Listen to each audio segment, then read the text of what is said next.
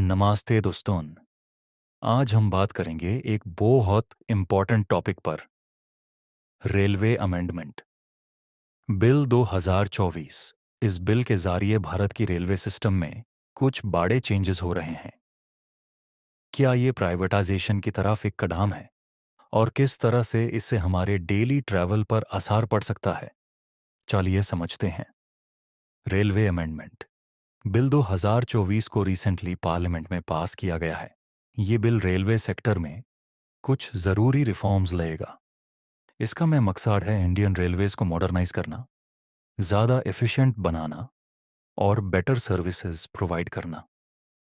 इस बिल में कुछ इम्पॉर्टेंट प्रोविजंस हैं, जैसे कि रेलवे स्टेशंस और ट्रेन्स की सेफ्टी को एनहांस करना, रेलवे नेटवर्क्स को अपग्रेड करना, डिजिटलाइजेशन और टेक्नोलॉजी का यूज़ बढ़ाना, प्राइवेट कंपनीज को रेलवे ऑपरेशंस में शामिल करना। अगर आप सोच रहे हैं कि ये बिल प्राइवेटाइजेशन का रास्ता खोल रहा है, तो थोड़ा रुक जाइए। ये बात सच है कि इस बिल में प्राइवेट सेक्टर को ज़्यादा अपॉर्चुनिटीज़ दिए जा रहे हैं, लेकिन इसका मतलब ये नहीं है कि पूरी रेलवे प्राइवेटाइज हो जाएगी। इस बिल के अंडर प्राइवेट कंपनीज को कुछ सिलेक्टेड रूट्स पर ऑपरेट करने का मौका दिया जाएगा।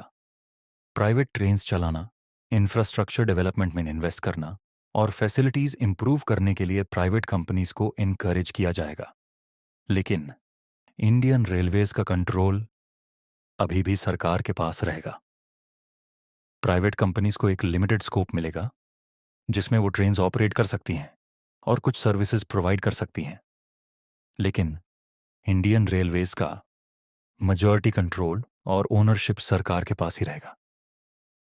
अब सवाल ये उठता है कि इस प्राइवेटाइजेशन का हमारे पैसेंजर्स पर क्या असर पड़ेगा।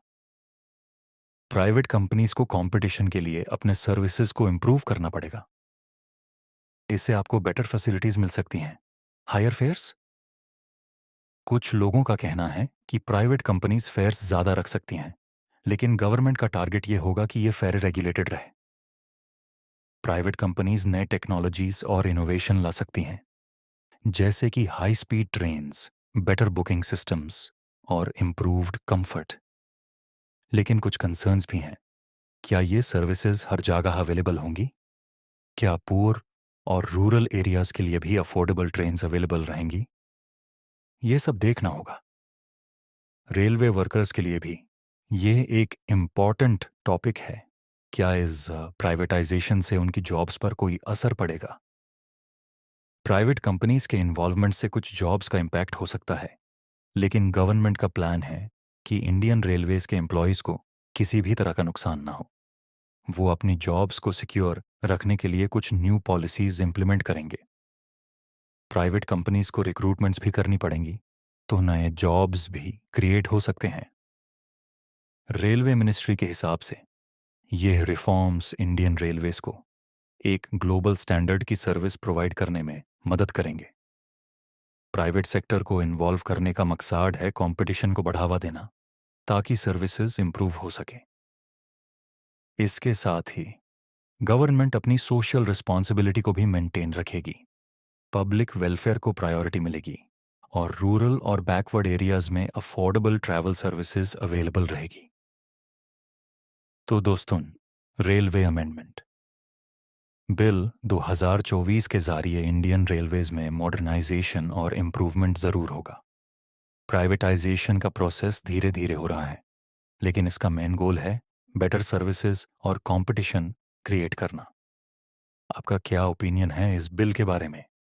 क्या आपको लगता है कि प्राइवेटाइजेशन से रेलवे सर्विसेज बेटर होंगी? अपना फीडबैक कमेंट सेक्शन में ज़रूर बताएं। वीडियो अगर आपको अच्छा लगा हो तो लाइक करें और चैनल को सब्सक्राइब करना ना भूलें।